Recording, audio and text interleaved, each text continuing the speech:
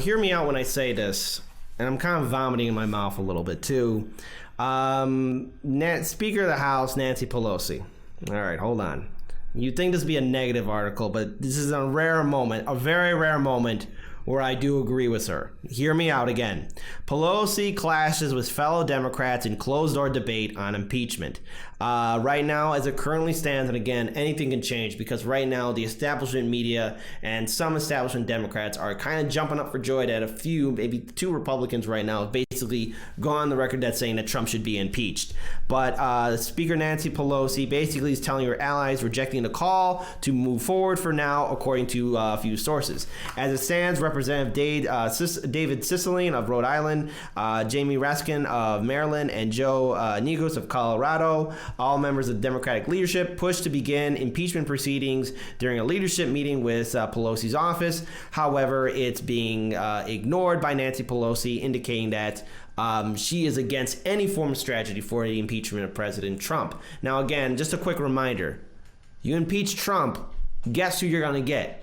Good old Mike Pence, that crazy guy. Is that a gamble that Democrats really want to risk? Again, right now, Raskin, a former law professor, said he wasn't advocating impeaching Trump, but suggesting that that opening an impeachment inquiry would strengthen their legal position, allowing Democrats to move forward with their legislative agenda.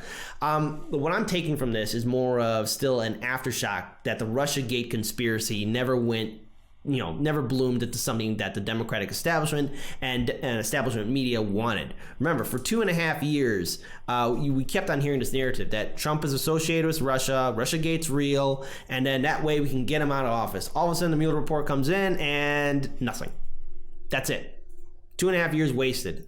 Rachel Maddow's bread and butter is taken away, but she's still milking it as best she can. It's stupid that we're actually having this conversation now, and the Democrats want to make this political risk. I know that one presidential candidate in particular, Elizabeth Warren, has gone on the record saying that yes, there should be an impeachment investigation or inquiry into President Trump, but the consequence is that the Democrats right now have the House. They don't have the Senate, so anything they get done in the House is going to be ignored by the Senate because the Republicans control the Senate. And it's a risk, it's a gamble because it will be a distraction, especially for a lot of in the Democratic primary, because that's going to be something being brought up in the debates or at any town hall. Do you, Senator Bernie Sanders, or do you, Joe Biden, or do you, Cory Booker, or Tulsi Gabbard, or Andrew Yang, do you support the impeachment of President Trump? It's going to be a distraction.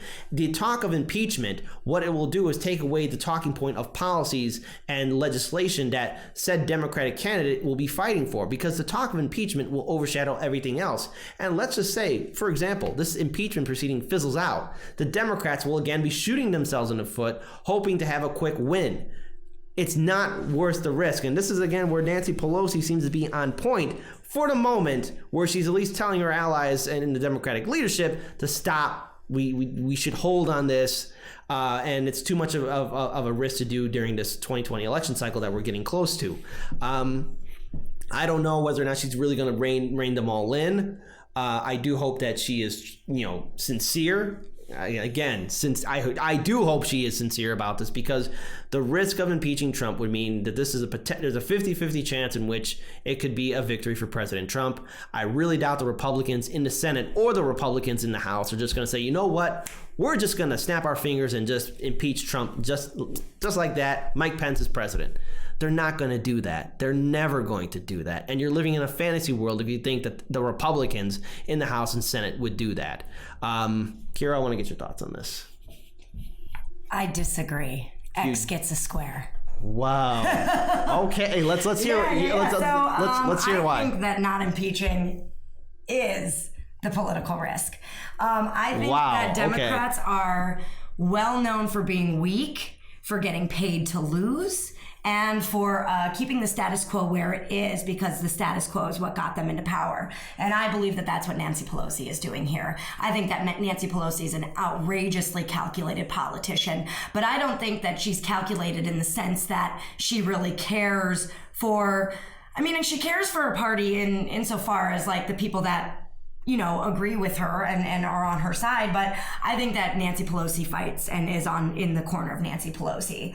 Right now, as it stands, I was just kind of jogging my memory, and I don't have a great memory. I was jogging my memory for all of the reasons there are to impeach that doesn't involve Russia at all. Things like obstruction of justice, insurance fraud, campaign finance, emoluments clause violations. There are so many things to impeach him on. And when we go into impeachment proceedings, it becomes a national conversation in a way that the Trump supporters can la la la la la la la all they want, but they're gonna know that when they go to cast their vote for Trump, which they will cast their vote for Trump whether we impeach or not, so we might as well get that over that. Right. Getting any Trump supporters votes. Why are we even vying for that part of the population? So they can plug their ears and la la la all they want, but they know that when they go to cast their vote, they're casting their vote for a criminal. And I understand that the Senate is not going to go against the president. I get that. I've had this conversation with many, many people, so nothing is going to come of it. But I think that coming out strong, assertive, and doing your job is really, above all, the most important thing for Congress to do here. So I hear what you're saying, but with everything that's kind of happened with the recent revelation of the Mueller report, and just really how you even heard people like Tulsi Gabbard, even Senator Bernie Sanders to some extent saying, look, it's time for us to move on, list the impeachment. I just think it's just way too much of a risk because there is some political backfire. This could turn out to be a Trump victory again, whether we like it or not. And when I look at somebody like President Trump, who is a criminal, who has done a lot of shady things in the past, I look at how many times he's been into court and how many times he's been, bankrupt. He's still, whatever kind of luck he has, because he knows how rigged the system is, he's still able to land on his feet. And the problem... It's not called luck, it's privilege. Yeah. Let's be honest. He's just got buddies in the right places. But the problem is that, you have this movement in the House then. What gets done in the Senate? Do the Republicans in the Senate do it? Of course, like you said, they're not going to. No, they won't. And I think it could take away from the talking points from especially progressive candidates like Bernie Sanders, because people are going to ask him, are you going to tell the Republican senators to impeach? Are you going to tell them to do this? And I think really it's going to take away from, like, here, I'm running for office because I know I could beat Trump on these policies, and I know that my legislation, what I've done, it makes me the stronger, more qualified candidate. I just think it goes to help out the Democratic establishment, saying like, well, yeah, let's beat Trump. I'm not Trump. You heard this from Hillary Clinton. You're even hearing this from former Vice President Joe Biden. Look, I am not Trump. Vote for me, remember me, and let's impeach Trump because it's something people want to hear. And I think it's just a distraction, and I don't think it's a risk worth taking at this point. Yeah, I mean, and it's not saying as a Democrat, because I identify myself as an independent. It's not saying that Democrats don't fight. I think this is a fight in which our resources are better on really getting our message out there and why policies, especially like Bernie Sanders or Tulsi Gabbard, why their policies and why they're the stronger candidate to beat Trump and his administration and hold them accountable. I think going through the proceedings of impeachment could take away their message and then help out establishment candidates like Joe Biden. And then we have a risk of having a neoliberal again running against Trump. And we also what happened in 2016 was that.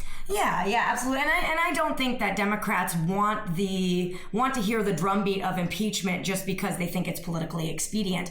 I authentically believe that a lot of our legislators want impeachment because our president is a criminal. And he's not that smart. Well, he's a total idiot. We can totally agree on that. Okay, we can agree on that. I understand. I think for also a lot of people too, especially in power, I think it was a final note. It's like a lot of people are still in shock of what happened in 2016. Yeah. And look, sometimes I still wake up in the morning and I reach over to my phone and I look at the CNN headline. And sometimes I think the CNN headline being a little hyperbolic, or poking fun maybe, because they'll give me some like horrific news, like 5 migrant children dead at the border or whatever, and then they're like, hope you enjoy your Wednesday. And I was like, are you serious? But the issue is though is that with Trump, and I understand why again people are still a little bit angry about it, is that we got him he came to power because we have a corrupt neoliberal system. He came to power because no one expected somebody like him to come.